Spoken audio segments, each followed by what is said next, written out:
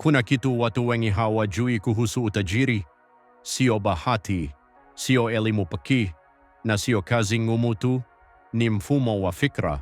Utajiri huanza kichwani kabla haujaonekana mfukoni. Watu matajiri wanafikiri tofauti. Wanaona fursa pale wengine wanaona matatizo. Wanachukua hatua pale wengine wanaogopa kushindwa. Siri ya kwanza: utajiri unapenda watu wanaochukua hatua. Usisubiri uwe tayari. Hakuna siku utajisikia uko tayari kabisa. Anza na kidogo ulicho nacho. Siri ya pili: muda ni mali kuliko pesa. Pesa inaweza kurudi, lakini muda ukishapita hauwezi kurudi tena. Hivyo tumia muda wako kujenga kitu kitakachokulipa baadaye. Siri ya tatu: chanzo kimoja cha mapato ni hatari. Watu matajiri hawategemei njia moja tu ya kipato. Wanajenga vyanzo vingi, hata kama vinaanza vidogo. Siri ya nne: jifunze kuuza.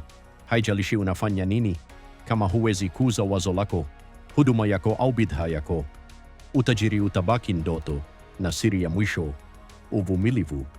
Utajiri hauji kwa siku moja. Ni safari ya makosa, mafunzo na kujirudia tena na tena. Wengi huacha kabla ya kufika. Wachache wanaovumilia ndio wanaofika. Jiulize leo, unataka kubaki pale ulipo au uko tayari kubadilisha maisha yako? Chaguo ni lako.